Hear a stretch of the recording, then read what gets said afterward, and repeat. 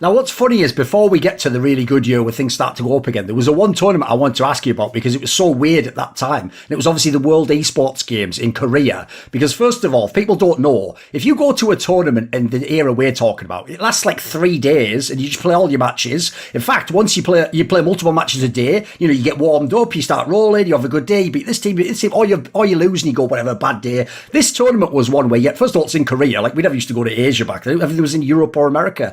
And it lasted like a month or something mental. You had to live in like a sort of prefabricated chalet house all together, not like in hotels or anything. And then you were going to the studio. It was on TV in Korea, and it's like you'd play one match just against that team. And by the way, the setup was they might even be like right below and in front of you in some weird way in the studio. So like I remember just first of all, the results of this tournament were all over the place as a result because like famously, like I give you an example, like Rival, the American team, they just basically almost blew their team up because they couldn't handle like all living in one house together. They're all having arguments, fights, and because they'd never done it before. You just go for 3 days.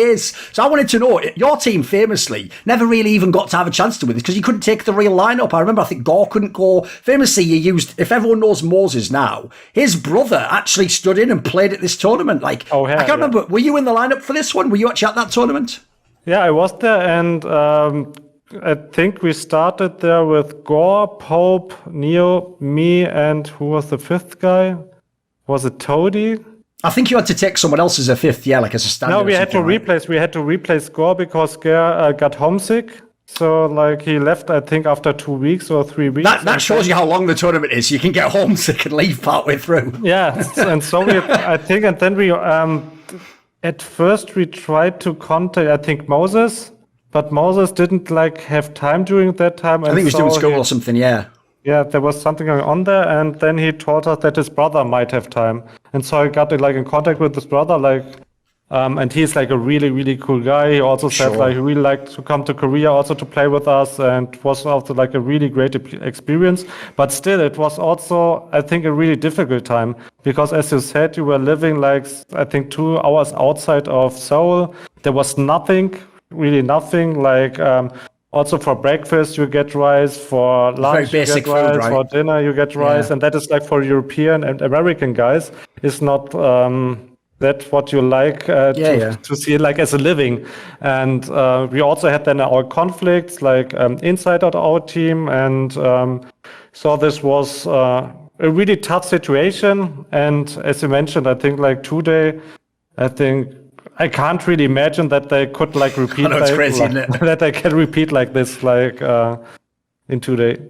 One thing I want to ask quickly about that scenario, though, is because you were bringing in an American player to a German team. Like, look, now we can do this interview in English, but back then, like, interviews weren't a big thing. Obviously, scenes were kind of separated. Like, you didn't have to speak English back then. So basically, when he came into the team, I know fans are going to think, you guys probably just spoke English. No, they just kept speaking German. And I even actually talked to him because he was a friend of mine. And he said, like, you made him, like, flashcards. Like, you'd give a little kid who's learning something, in English class. Like, he had, like, cards telling him, like, what you'd say for door or something, or like, this is like, but the problem with that is, look, you can learn a few of those, but he was even like a tactical player. Like, it's going to be hard to make tactics work if the guy doesn't speak German, right? Yeah, still, like, he was a very clever and intelligent player, so it was like really easy, like, to integrate him into our team. Like, we taught him like what is important and how to play like his role. And I think also like when we had like, I think, direct communication with him, we also like tried to call in English because like, as you also said, like back then, like, I think even the English of our players weren't really the best like back then, and that's also like we were hard also like in stressful situation to call them not with your mother tongue but like in English. And then I remember, like as you said, like Sandkasten, like we also mentioned him like the most famous like positions like on all of those maps, and I think they worked pretty well. I think like in the end I think we placed third, so it was like for that lineup there, I think it was like a really, really good outcome. But still, I think like if I have the same decision again. Want to see more cool, funny, interesting clips based on topics from my content? Well, subscribe to this channel then, or, be a pleb and don't.